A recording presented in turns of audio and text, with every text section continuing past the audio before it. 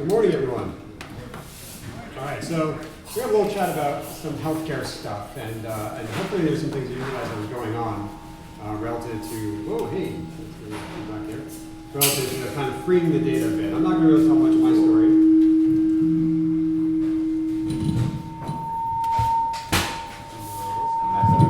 Can you turn that one off, please? I don't need that one. Okay, good. Sorry about that.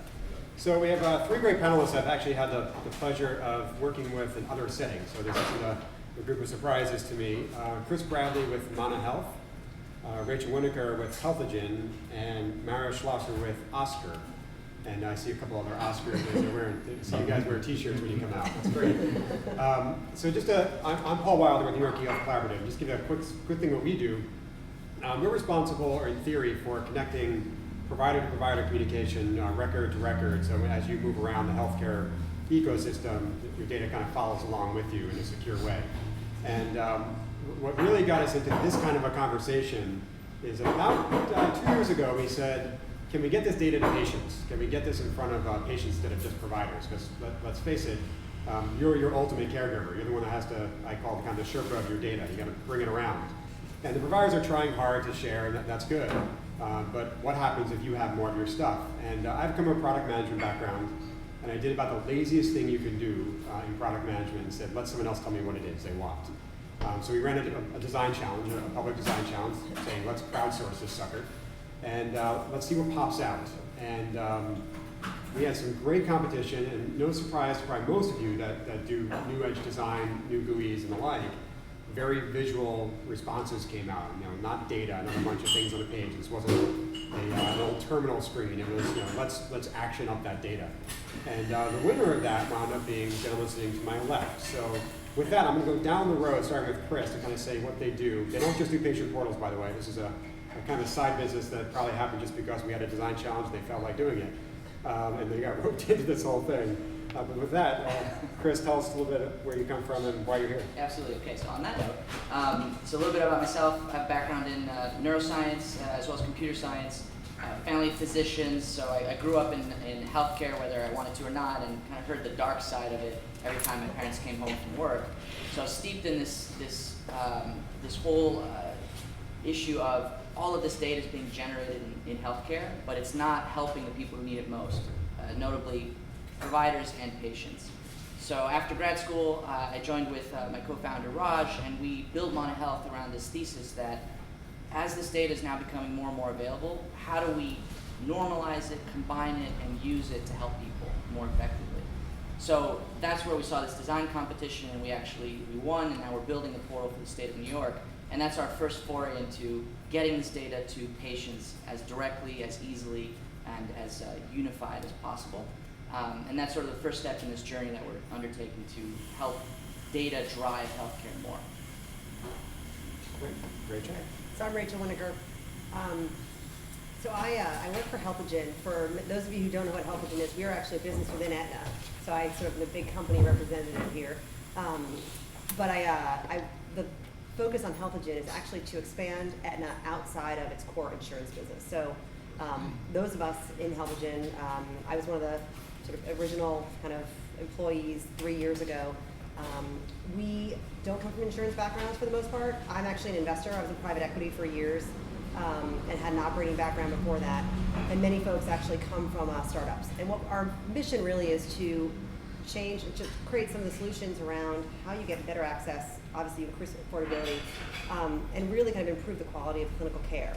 Sort of strange to have an insurance company say that, because insurance companies, you think about what they do, and Mario will talk a little bit more about that, because it's sort of the reason why Oscar has kind of come to be. But insurance companies really around claims processing. That's not how we think about how you engage within healthcare. You as an individual, as a patient, as a consumer, are really looking not to understand how your bills get paid, but you're understanding how you get the right care at the right time, and you make sure that it's actually helpful for you as an individual. What we've done is we've actually started a number of businesses within Healthogen that are focused around consumerism, as well as we have others that are technology oriented. We now have a platform of about 10 different businesses. My responsibility is actually I lead all of that incubation and new business development effort, as well as M&A and strategy and a whole host of things. But we'll talk a little bit more about some of the approaches that we've taken to really bring the consumer into the healthcare equation, because that has been absent, particularly from the insurance front. Mario. Fantastic. Rachel already introduced me partly, but thanks so much for that. I think we're all trying to attack the same problem, which is the member's perspective is sort of lost in healthcare at the moment. It's a complicated Byzantine system. Your insurance company is sort of like sometimes part of the problem there, and that it sends you bills you don't understand, and this so-called explanation of benefits that says at the top, this is not a bill, even though it looks like a bill. And so about 2.5 years ago, 3 of us, myself and a guy named Kevin, a guy named Josh Kushner, who all came from a technology background, had started companies before. Josh and I started a game company together before, for example. We sort of got together and said, we're spending our lives building these fun, engaging, sometimes hopefully beautiful products. In this one important relationship in our lives, which is the relationship between us and the healthcare system, it's such an oddly poor user experience. Can we do something about that? And the thing we try to do is become a health insurance company. And about 2.5 years later, we are a full-blown health insurance company, which means you have a health insurance card. When you're an Oscar member, you can walk into one of 35,000 roughly physicians in New York and the surrounding area. You can get treatment in the ER, an urgent care clinic, surgeries, anything basically. And we do, all the core health insurance stuff, which is, as Rachel was saying, partly claims processing. That's sort of like at the very core of this thing, customer service and so on. But the idea then was always that as the insurance company, you're sitting at a pretty interesting spot in the healthcare system because you process so many claims and bills. So you see for every one of your members what all the care is that they're getting.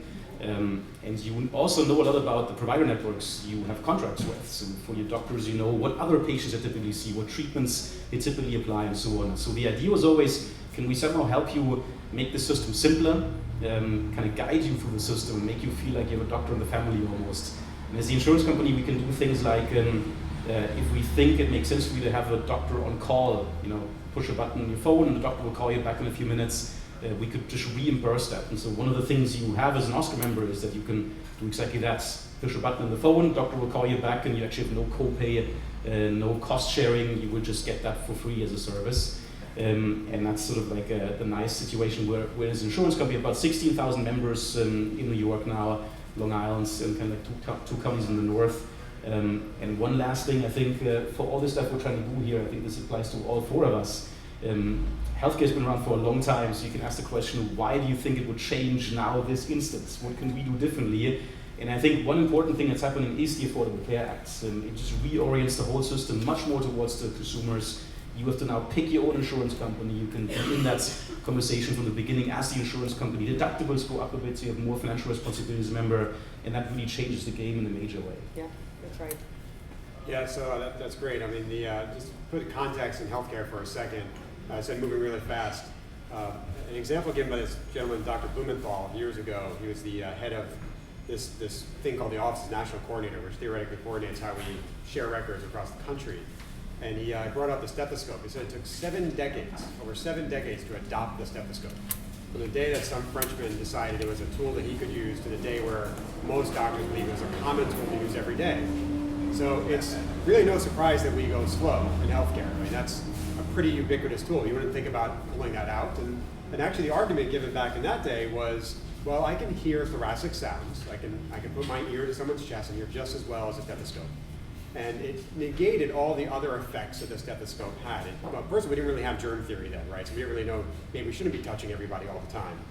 We didn't really have patient engagement things. So there's a lot you can do, and all you have to do is this. And you can do other things. You can look at the patient, engage with them, but not when you have your ear to someone's chest, and you're actually spreading germs, not protecting somebody. So when we think about electronic records, it's no surprise that the first reaction for most doctors is, well, my paper record works well enough, right? Why am I doing this? And I think what you're finding now is everybody's saying, well, it should do more than that. This is a tool, not just a copy. Right? We're not just trying to PDF a written form of a sticky note that fell into the garbage. Right? That's where actually a significant part of your health records probably went by accident. We want to codify this and do more. And I think everybody here has probably a couple angles they work on data-wise. I'm going to challenge on the question here. We know there's a lot going on with cost data. And there's a lot going on with clinical data. There's a lot of other data things that go on in healthcare. where do you think someone isn't right now? Like, where would you go if you said, okay, there's a lot of data in something that needs to be normalized and brought together to help healthcare move faster? Where would you attack next, Chris? I mean, that's a great question, honestly. And I think there's quite a few. And the idea is, where is data being generated? So that's where I would ask, where is it being generated now and digitized? And where is it going to be generated and digitized? And then how can we make use of it? Because our argument is all of it's useful. It all tells a story about you in some portion of your life. So your Foursquare is just as important to you in terms of tracking what you're doing as, say, your clinical record. But in terms of clinical data, I think genomics is a big untapped fountain of data. And we're just starting to have it be cheap enough to sequence and to get that data, but no one's really using it clinically. I mean, I hear it from my parents all the time. They're like, you know, hey, this is really great, and I'll use it for very specific instances, maybe in cancer therapy, but this is a wealth of information about who you are, and I think we're just starting to see that being tapped into. No, that's a great point. So, Rachel, I have a question for you specifically. You have a suite of apps, 10 different companies and things that they do. I'm always watching these new apps develop in healthcare, and some things attack things from the consumer side, things take things from the provider side. How has that played out with these apps? Like, with a lot of things that are going consumer, it's difficult to get them to engage. You find you have to start providers just to get flow going? How does it begin? No, actually, in most cases, we've, and I'm going to push back on the word apps because these are actually businesses that have a whole service model around them. And many of them actually have clinical support, whether it's nurses or care managers, social workers, who are actually behind the scenes engaging with the individual. But I'll give an example. So we started a business called WellMatch. Many of you guys have probably heard of Castlight. Huge valuation, not actually that far ahead of where we are with WellMatch. We started WellMatch about 2 years ago. We have now 50 employees. We are probably revenue-wise, where Castlight was last year. And we provide cost transparency. So you as an individual can actually go online and search for a procedure, search for a doctor, and you will get an exact cost estimate, exact cost prediction of what you're going to have to pay, which assumes your deductible, and it encompasses everything that you ultimately kind of where you sit within your plan at that given moment. And when we think about the genesis of where we started there, we actually started on the provider side. Our original thesis was, well, providers have excess capacity that they probably want to monetize, right? So Friday, 5 o'clock, the MRI machine is not being used, and that's a fixed cost. Let's figure out how we monetize that. Can we offer discounts? We discovered actually, in going down that route, that in order for you to offer a discount on a price, you got to know what the price is. And nobody knew what the price was. And providers were saying to us, well, this sounds great, but I can't even tell my consumer. I don't even know what the price is, which is amazing if a provider doesn't actually even know what their negotiated rate is. And they certainly don't know what the individual is going to have to pay for it. So we actually then migrated from the provider side to the employer side and to the consumer side. And for us, we think about consumers as through employers because it's an easy sort of channel for us to go B2C. It's obviously much more cost effective. We have several hundreds of thousands of users that are actually on this through many very large employers like Nordstrom, Home Depot, Costco are all big customers of ours within WellMatch. And we originally offered price transparency, and that's been kind of the core solution. We now have actually, as in 2 months ago, launched our what we call offers platform. And that is actually what I was talking about earlier, which is we offer discounts through this medium, which actually then get demonstrated through the individual's sort of access to the WellMatch transparency app. We actually just launched, what we launched 2 months ago is with RadNet, which is the largest radiology center network in the country. We launched it in New York and New Jersey for basically discounts for all their clinics. We were able to get the providers on board because the providers wanted to see the consumers were using it, and they also wanted to make sure that we were actually providing them with the right data so we didn't confuse their patients. Because at the end of the day, if you actually give something to a patient, the patient then goes to the doctor and says, wait a minute, I was told it was going to cost me $15, and now it's costing me $25. Who are they getting pissed at? They're not getting pissed at the insurance company. They're getting pissed at the doctor because they think the doctor's messing this up. So you've got to make sure that you really manage both of those relationships. That's great. So actually, that leads right to something I've seen your system do at Oscar there. You guys present a fair amount of cost data right up front and try and engage the patients. Have you seen people talk about a behavior change? Or have you had data to show that behavior change and how much they engage in specialty primary care and off-the-shelf care like CVS, Walgreens, et cetera? Yeah, great question. It's a couple of different things, I think. When I was in my previous insurance relationships, whether typically through my employer or whatever, the forget my password link is probably the most clicked link on insurance websites generally, because you go there generally after the fact when you went to the doctor, when something got messed up, right? Whether it's the insurers follow the doctors, follow the patients' faults. And so I think what we sort of started was, let's literally make sure that people, us members, go to the website to begin with, and ideally even before they go in and seek care, for the same reasons Rachel just went through, to sort of start guiding you better in the care that you're going to receive. And we have something like 90% of Oscar members who actually have a website login and engage with the site, so that's already a good starting point there. The number of people who use the kind of tools in the sites, that will tell you about the cost estimates, will tell you about, give some idea about quality of care you're going to receive and so on, goes up for those who have a prescription, who have a doctor, who are looking for a doctor visits, and who are in care somewhere. So it goes up to something like 2/3 or so of people using this. And so that's an indication that this is also being utilized in the way it should be. Whether it drives people to lower cost avenues of care is a little bit early to say, to be honest. I'll get back to you on that. What we do see is with this benefit that we have where you click a button, doctor will call you back. That one is incredibly well used, and not only, interesting enough, by people who have, a cold or something like that, need a quick prescription, but even by people who are in cancer treatment, for example. So we have a number of patients at a hospital like Northside, for example, who are in severe cancer treatment, and even they, when they have a question where they just need to get a doctor on the phone very, very quickly, are using this service, because the doctor then, once he gets you on the phone, sees your medical history, we push records out to him before he picks up the phone. We can push messages to those doctors through his screen, make sure he reminds you of certain things, and so even people in sort of like very difficult treatment patterns see this as a useful thing. So I see those things kind of like as the early starting points for then saying this will be useful down the line for really guiding you to the right point of care. One maybe little tidbit of answer to the question you asked Chris here about where would you go in terms of looking for interesting data. I think something that's incredibly underutilized, not underutilized, but underprocessed in our space is not so much actually the cost side of things, but the quality side of things. It's incredibly hard to get good quality ratings, even understand what that means for hospitals, and even harder for doctors. There's patient reviews, they work to a certain degree at least to kind of like smoke out some really bad providers. They don't differentiate very well between decent to very good providers. On the hospital side, there's a bunch of stuff coming from the government, the so-called HCAP scores, which is a survey that the government does, that CMS does with patients in hospitals, but it doesn't apply to individual departments, and I had my kids at Columbia Maternity Ward, which wasn't very good, but their cancer center probably is very good, so you kind of don't even have this on the department level and all that kind of stuff. So you can't really, none of us should really be thinking too much just about the cost side of things. You probably get to the same point, but also eventually adding the quality side of things, because you sort of start putting patients on the wrong channels potentially. Yeah, and I'm trying to follow up on that, because that's actually something that came up very clearly with the research that we did when we launched WellMatch. We actually found that people said, I may want to pay more because it's a better doctor, it's a more appropriate, ultimately long term it's going to be better for my health. And so what we actually did was we found doctors hate Yelp, right? It's like the worst thing for them because they have some disgruntled person who will just go and give them a 0 star, and that kills them. So a lot of times what you actually have is you actually have doctors, there's health grades and there are, Vitals, and there are a variety of these companies that actually do provide these ratings, and they are slightly better, but in reality, what we found from both doctors as well as from employees or consumers is that they want to know that the ratings are coming from people like them. So what we found with the employees that we actually, within our customer commitments or customer contracts, the employees actually can make their own ratings. So what you find is you're a Costco employee, you actually go on the site, you'll see the other Costco employees' ratings anonymously, but you'll see qualitative data, you'll see star rankings, you'll understand things about like department areas, and then we actually brought in consumer reports as the hospital data because that was the best that we found.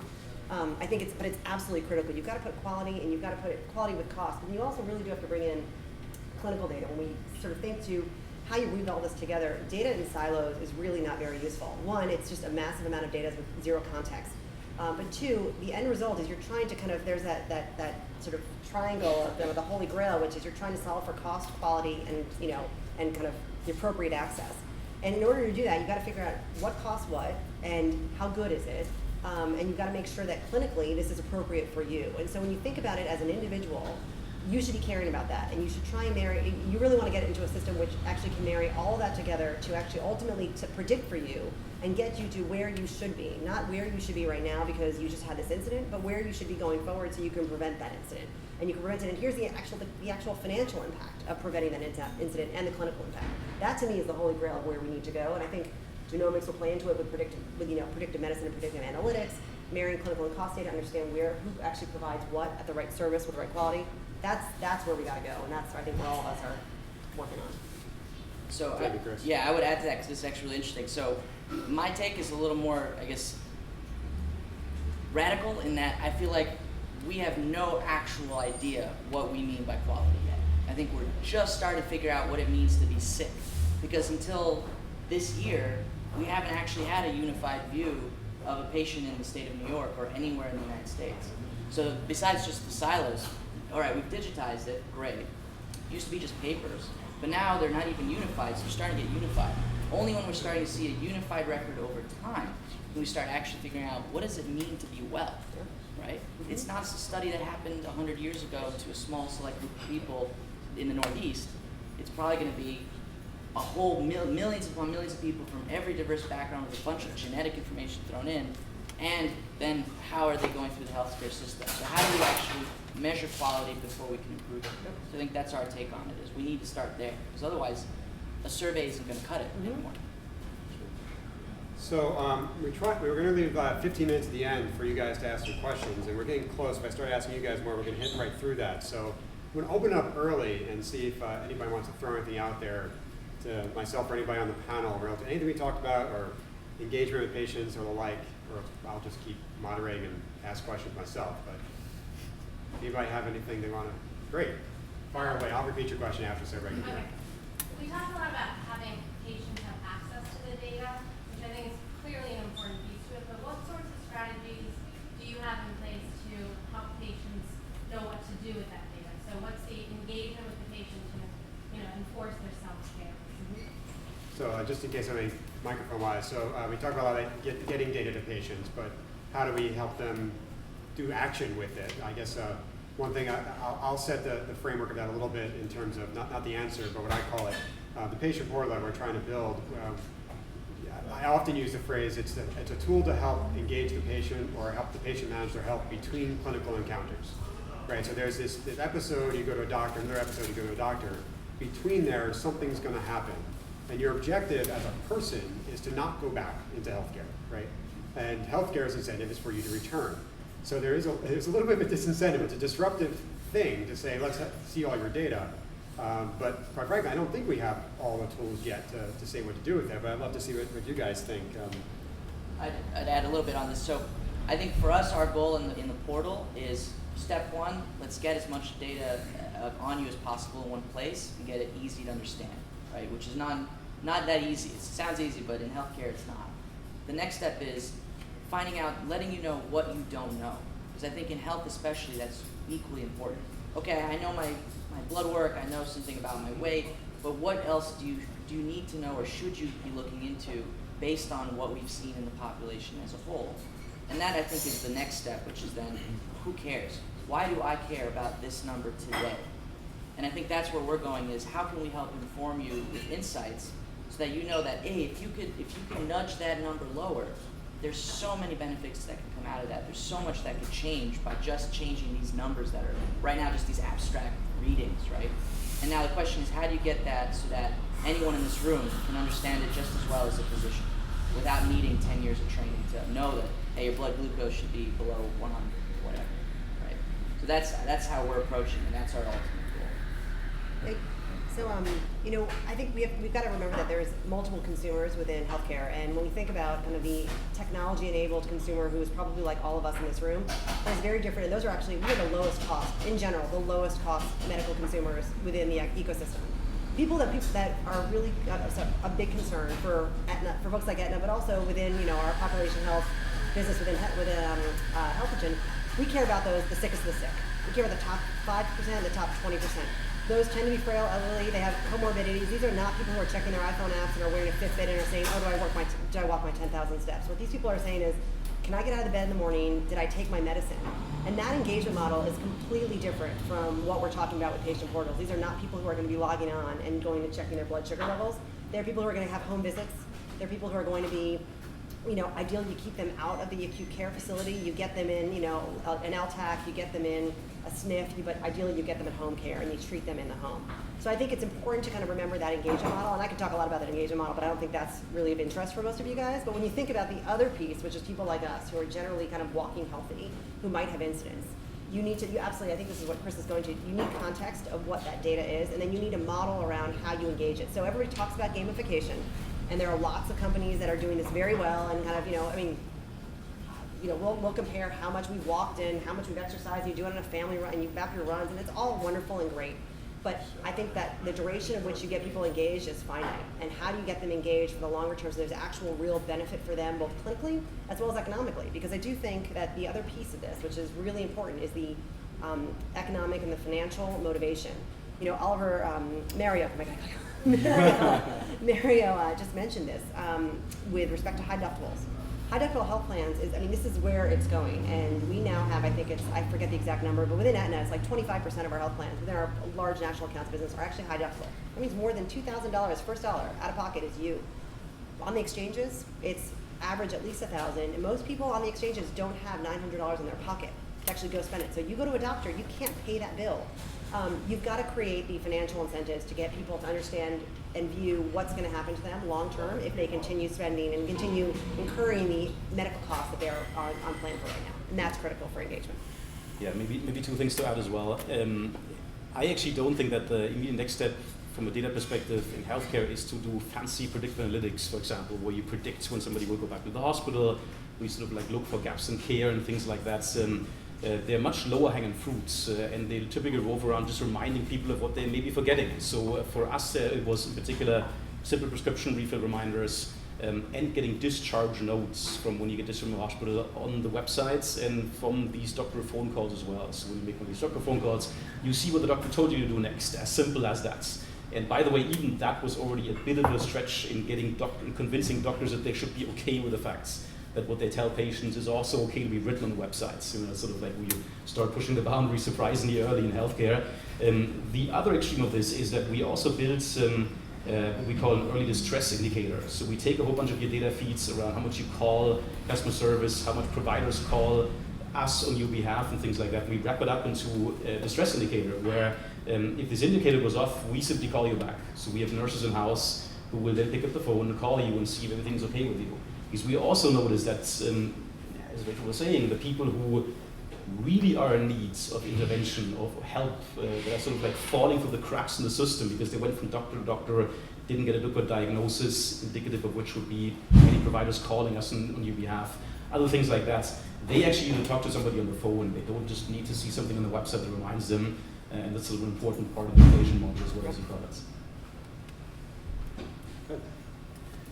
So Google and Microsoft and now even Apple are all making plays for health data. How do you guys see this impacting sort of the future of consumer consumption and generation of data? I mean, is this a bad thing? I mean, is one going to win out? Are we all going to have to sign up for all three services? I mean, what are we looking at? So yeah, repeat that back. So the question was some big guys are jumping in on health data, Google, Microsoft, Apple you mentioned as well, and what do we see happening with that? And I'm gonna answer even as a moderator to start. So what Google found when they first tried this is that healthcare data is actually very difficult to normalize and structure.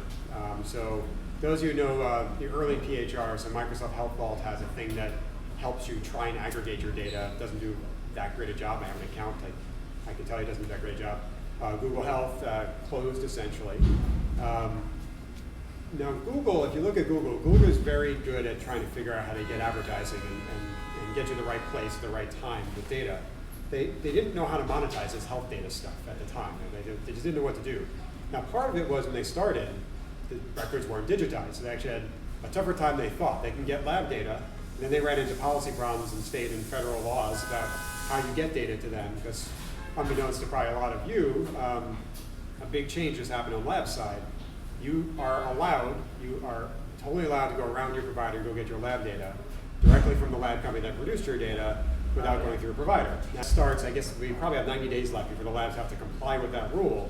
That's a new rule. That's surprising that has to be a new rule, right? So that was my blood, my test, why can't I get the results first? I have to go through my provider unless they sign off one by one on a form saying Quest, LabCorp, or whoever can release this stuff to me.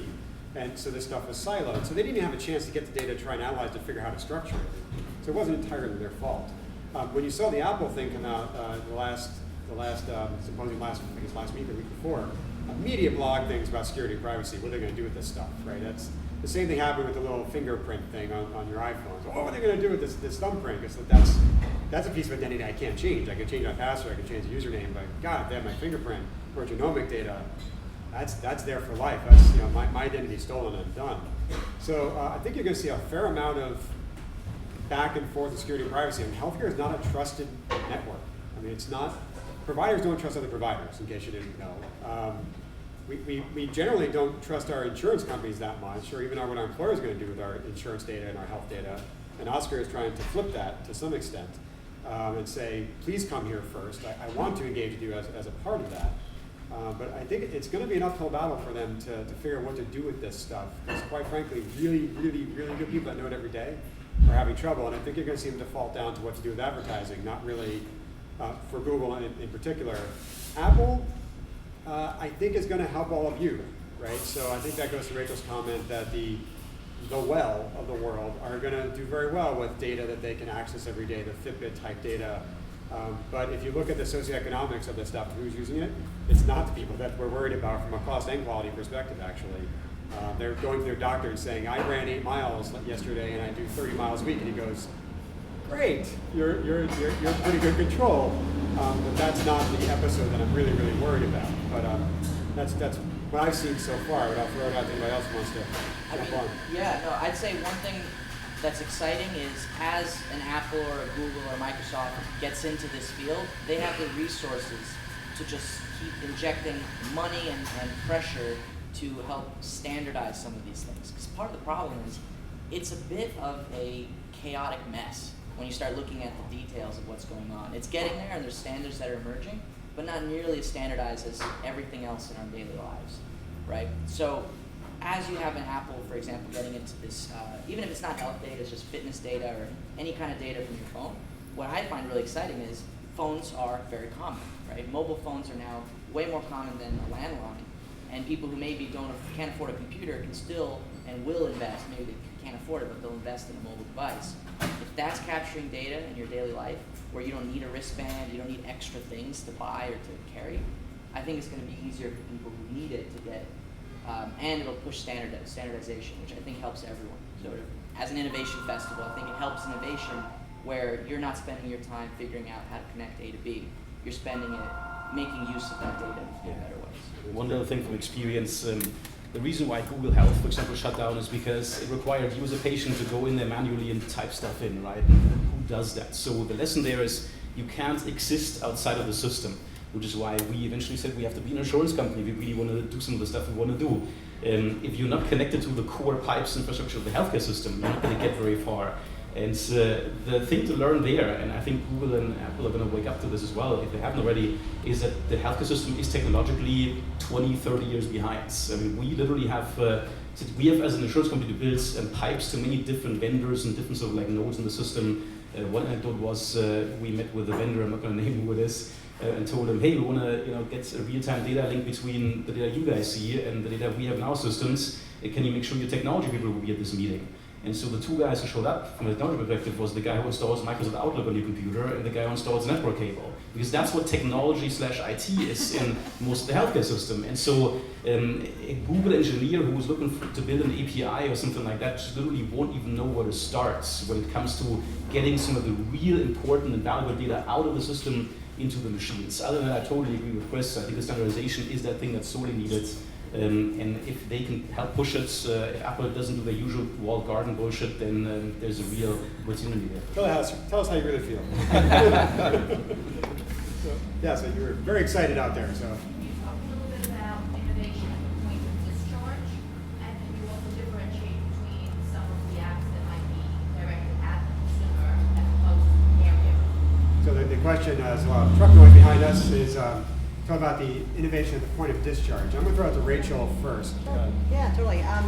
So, I'll give you an example of actually a business that we started that we, well, I guess we launched it about 2 years ago and are in, I think, 15 large customers right now. So think about NICU, right? So you have a baby, your baby gets admitted into the NICU. Your baby's obviously the patient, your baby's clearly not engaged within the healthcare system in any way as a patient. So this is where your caregiver as the family, who I effectively think of as the patient team, because they're the ones who are actually bearing the brunt of care for this individual. What we actually started was we started a business that actually engages with that family while they're actually in the NICU. Because what we discovered is that there is, particularly with this type of a sort of admit, this is, you're not prepared for it. Often first-time parents have no idea how to caretake for a small child, for any child. And what you realize is that you have to start that transition from acute to sort of discharge while they're actually in the system. You need to engage them with respect to educating them on what they need to do post-discharge, engage them with sort of how they actually speak to and kind of ask questions of their physician and the care team within the provider system. And you also need to, sort of kind of discharge readiness. And what we found, there's actually been a number of studies about this, that, and I'm using the NICU as an example. We actually do this, we call it social caregiving, because there's another component of it which is really around how you actually engage with others who are in similar situations with you, who actually can kind of help you understand kind of how to get from here to there. But we started with the NICU for a very specific reason, which was we actually had an individual on our team who had this experience. He's a physician, and he said, I'm a physician, my wife's a physician, we had a child in the NICU for 4 weeks, and I gotta tell you, we were scared to death to get this child out, and we had no idea what to do. And I had to, and I'm a doctor, and I know the questions to ask, I understand how the research that I need to read, and I understand how to actually decipher clinical research, and I didn't know how to get my child out. And when you think about the cost within the healthcare system, we also found that at readmits, post-NICU discharge, are through the roof, because your child has a cough, you go right back there, because you've gone from 24-hour coverage to 0 coverage with you and your, and your sort of, and the other parent as the primary caregiver with no knowledge. So what we found, you can actually reduce the length of stay quite significantly, which is obviously a significant cost reduction for the payer, but it's also a much better quality of life situation. And leads to actually much better quality outcomes for the individual. So I use that as an example because I think it's really important. When we think about this, we call it transitional care management. We do this across all of our patient populations. That's just a specific sort of technology application that we actually built with nurses and care managers behind the scenes who are able to be engaged with you while you're going through the entire stay, as well as after your discharge when you have all those questions and you say, should I go back in? They say no. Call your doctor, talk to me. You can, video chat with me, and you can show me what's going on with your baby, and I can tell you whether or not that's actually something real or something insignificant. But when we look across the entire patient population, because readmissions across certain sectors are really important and very costly and no longer get reimbursed, right? So pneumonia, certain kind of heart conditions no longer get reimbursed by Medicare post-discharge within 30 days. So if you actually get discharged as a patient, within 30 days you go back to the hospital actually does not get paid back for that. They got to treat you, and that's a huge cost. And if you think about an ICU stay of $5,000 a day, huge amount of money. So what we actually do with those patients, on the provider side as well, is we actually engage both with the provider, but also, as I mentioned before, we have the sort of nurse caregivers at home making home visits and engaging with that patient to make sure that they're doing everything from following up with their meds. So medication adherence is a very big deal. Making sure they're actually, getting sort of the right exercise, their home is safe, they don't have rugs that are up that, are going to trip them, and all those things that actually keep somebody healthy and safe in their home, which are things that insurance companies and providers never could do because it's too cost ineffective. We actually do all of that. And that actually has a dramatic a decrease in the number of admissions post-discharge. Good. And I would add something that we found really interesting in looking at the potential for very, as Mario was saying, just the basics, the low-hanging fruit. Just having the data from this patient that's not only from your organization, but within other organizations the patient may have visited, just having it and being able to review it reduces readmissions in various trials by up to 30 to 40%.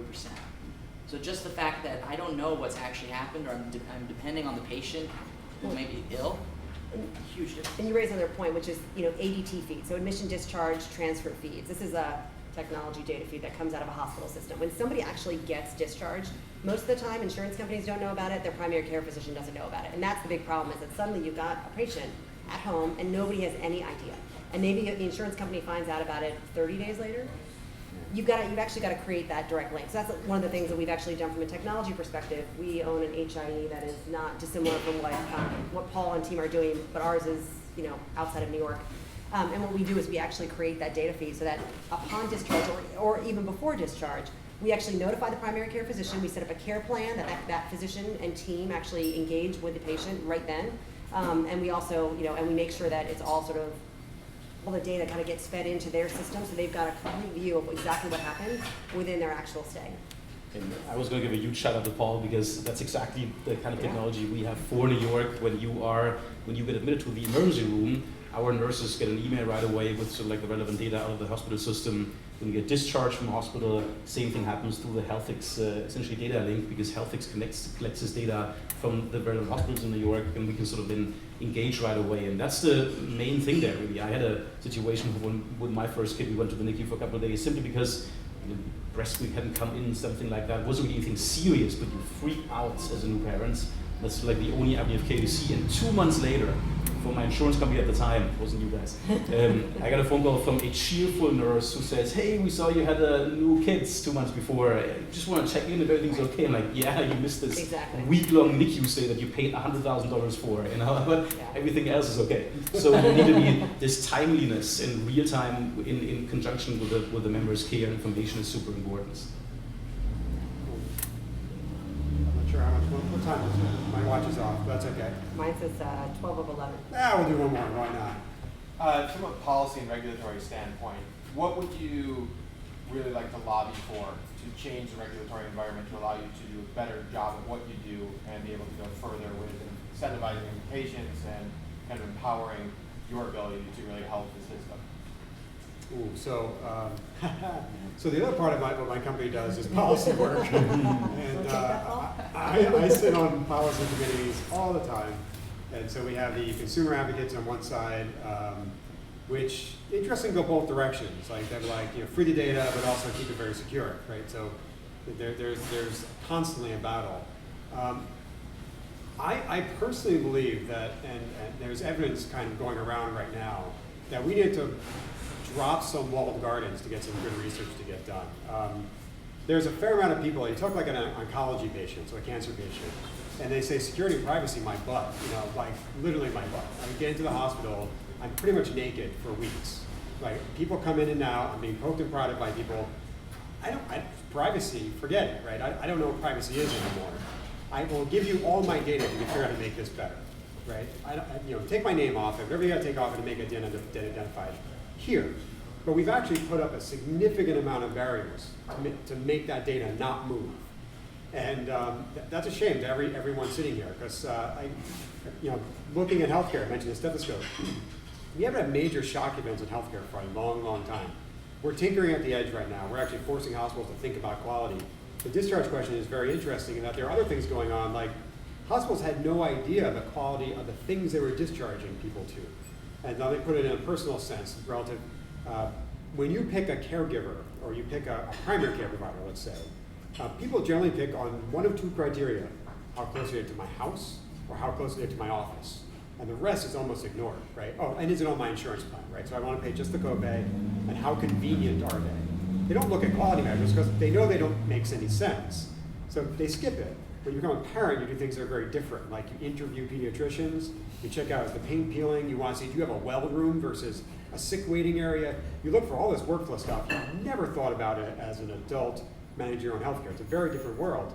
Well, actually, hospitals are experiencing that now in a slightly modified way. They're saying, I'm going to discharge you to a long-term care or home care or a visit. Are they any good at what I'm discharging you to do? And it turns out some are good at PT, some are good at post-care for pneumonia, some are good for COPD. It depends. They're not good at everything. So I have to be more specialized. Maybe it's not, is this guy a quarter mile from your house and it's convenient for you to get there? Which one's going to provide better quality care? And I got to convince you that it's worth driving an extra mile to go to this person and can do better stuff for you when you leave. So we have a lot to do, and there's a lot of data that actually no one has access to that could probably do some really neat things if you let them have it.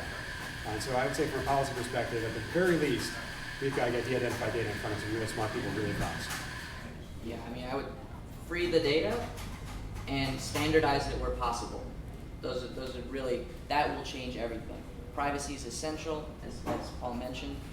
It's absolutely critical, but if you can free that data and at least get it to the patient and then hopefully use it in the appropriate ways, this is life-saving data. I mean, we're very passionate about the quality and potential quality improvements because of it. I might take another tack. Not to, I think you absolutely are, you guys are right, but we haven't talked at all about the FDA. And the FDA is a huge burden on innovation. And I say that, I actually used to work for a medical device company, so I understand the FDA process. But suddenly having technology, sort of apps and other technology solutions being regulated by the FDA with an approval process that is onerous, really thwarts innovation and I think is overly conservative within an enterprise that doesn't have the bandwidth nor the knowledge base to be able to accurately, I don't want to, the FDA is fantastic for many things that it does. I don't want to, trust me, they save all of our lives in a lot of the regulation, but I think we have to be very thoughtful about how the FDA regulates a lot of the new innovations that we're thinking about that are not necessarily drugs and devices, but are technology applications that engage with us in our healthcare. So, well, I'd love to hear you speak some more. I know we have other things everybody has to swap to, so I want to not allow you to go on a 2-minute diatribe on things I know you want to fix right now. Yeah, I'd say something very simple, and insurance and everything. It's plan design. The exchanges and the marketplace websites are great because they allow for more competition between insurance companies, competing now also on benefit design, what kind of things they load into plans. But the underlying rate sheets of what the regulators require you to cover and which way are still incredibly complicated when you get down to the details, and just freeing that up more, allowing maybe higher deductible plans so people don't want to be overinsured but only insured for the basics would unleash a bit more competition around smart plan design, be useful. Great. Well, I'd like to thank everybody, all of you and the panelists here for a great dialogue. A couple of us will probably hang around after if you have extra questions with caffeine or whatever else kind of beverages exist in good old Williamsburg. Thank you very much and enjoy the rest of the conference.